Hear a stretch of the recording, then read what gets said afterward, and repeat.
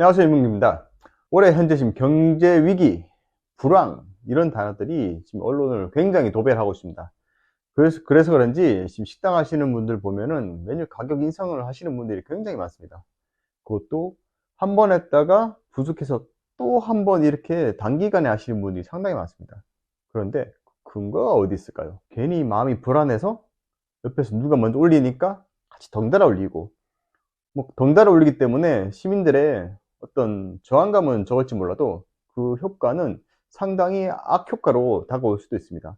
그렇기 때문에 굉장히 조심스러워야 됩니다. 그래서 제가 말씀드리는데, 가격을 무작정 올리기보다는 먼저 우리 식당에 대해서 알고 점검을 하고 가격을 올리지 않고도 비슷한 결국엔 수익성만 답보되면은 해결되기 때문에 그 수익성을 먼저 찾아야 됩니다. 가격을 올리기 전에. 그 방법에 대해서 제가 한번 말씀드려 보겠습니다. 굉장히 쉬운 방법 중에 하나인데요. 재료비를 먼저 낮출 수 있는 방법을 찾아야 됩니다. 그 재료비를 낮추는 게 쉬우면은 다 하지, 어떻게 뭐 이렇게 말처럼 쉬운지 아냐, 그렇게 말씀하실 수도 있는데요.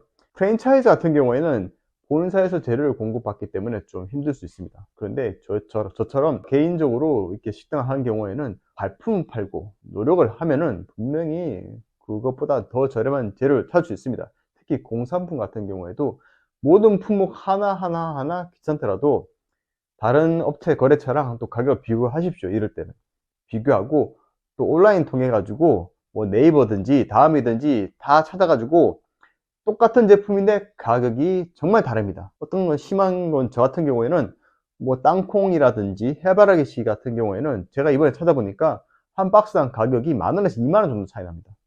저희가 한 달에 쓰는 양이 있기 때문에 그것만 모아도 꽤 큰 돈이 됩니다. 근데 품목이 한두 가지가 아니기 때문에 그런 품목 한 10가지만 모아서 한 품목당 10,000원에서 20,000원만 잡아도 10만원에서 20만원 정도는 절감할 수가 있다는 뜻입니다. 그렇기 때문에 대체할 수 있는, 특히 공사품 같은 경우에는 모든 품목을 한번 다 체크하시기를 추천드립니다. 또 하나, 채소 같은 것도 마찬가지입니다. 채소는 이거 메뉴 개발이랑 연관이 되어 있는데요. 채소 같은 경우에는 제철 식자재가 저렴한 경우가 굉장히 많습니다. 제철 식자재를 적극적으로 활용하시기 바랍니다. 어떤 식당 보면 반찬을 한두 가지를 계속 1년 내내 똑같이 내오는 식당이 있습니다.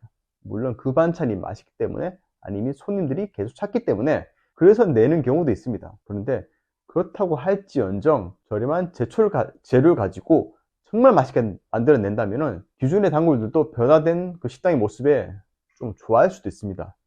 그리고 그 제철 재료를 썼을 경우에는 분명히 더 맛도 훨씬 좋을 수밖에 없습니다. 그렇기 때문에 제철 재료를 이용해서 또 변화의 한 걸음을 좀 내딛는 그런 것도 있어야 됩니다. 그렇게 되길 또 추천드리고요.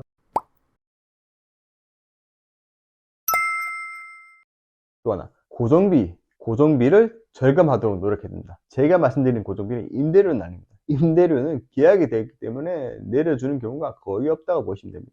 그렇다면 어떤 걸 아껴주느냐? 수도세, 뭐 전기세, 가스 같은 경우도 마찬가지입니다. 수도세 같은 경우에는 신경 좀만 쓰면은 의외로 낮출 수 있습니다.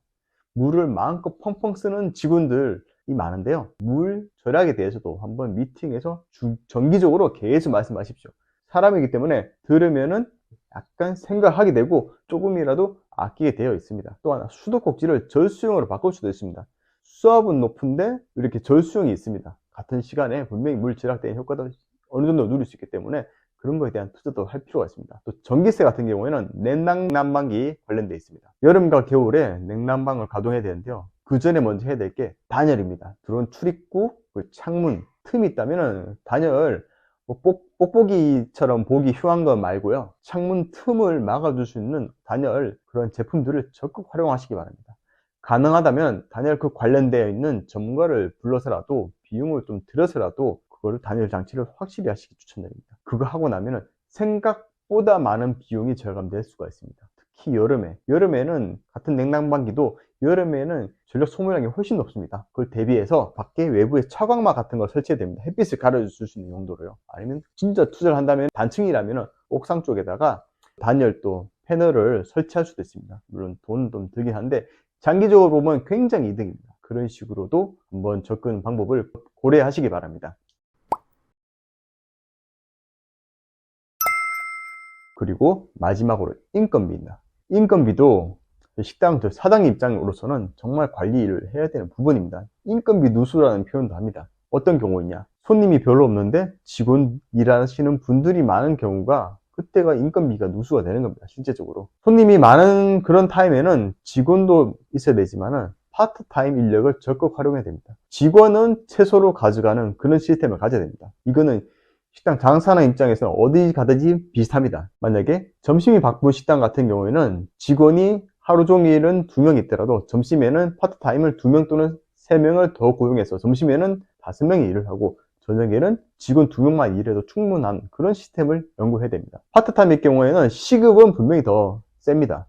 그렇더라도 단기간, 단시간 일을 하기 때문에 적극적으로 활용해서 인건비 누수가 없도록 그렇게 하는 것부터 먼저 실행해야 됩니다. 안 하는 데가 있냐고 물어보시지만 실제적으로 이렇게 인력 관리를 안 하시는 곳이 상당히 많습니다. 제가 한 20년 정도 전에 일본에서 잠깐 식당을 오픈하기 위해서 간 적이 있었는데요. 일본에서는 벌써 그때부터 인건비를 그렇게 관리를 하고 있었습니다. 정말 거짓말이 아니고 2시간, 3시간 그렇게 일할 사람은 광고를 냈는데 생각보다 많은 사람들이 와서 2시간, 3시간만 일하고 갑니다. 그 사람도 본래 자기가 하는 일도 있지만은 틈새 시간을 활용해서 일하고 싶어 하는 사람들이 분명히 있습니다. 그 사람들 대상으로 광고를 하면은 그 사람도 분명 옵니다. 그렇기 때문에 이런 식으로 인건비도 관리해서 인건비 누수도 막아주시기 바랍니다.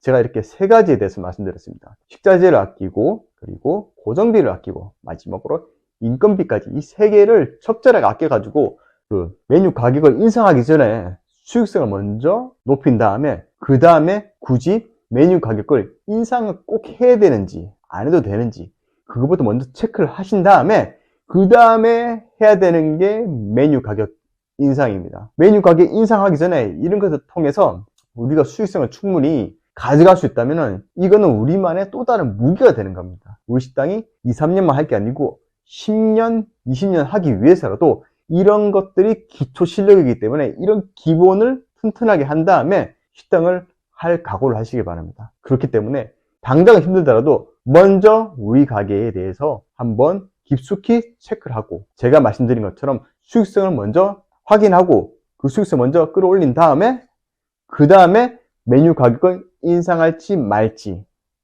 생각하시기 바랍니다. 자, 오늘 영상은 여기까지 하겠습니다. 혹시 제 영상이 마음에 드셨다면 구독과 좋아요 꼭 부탁드리겠습니다. 감사합니다.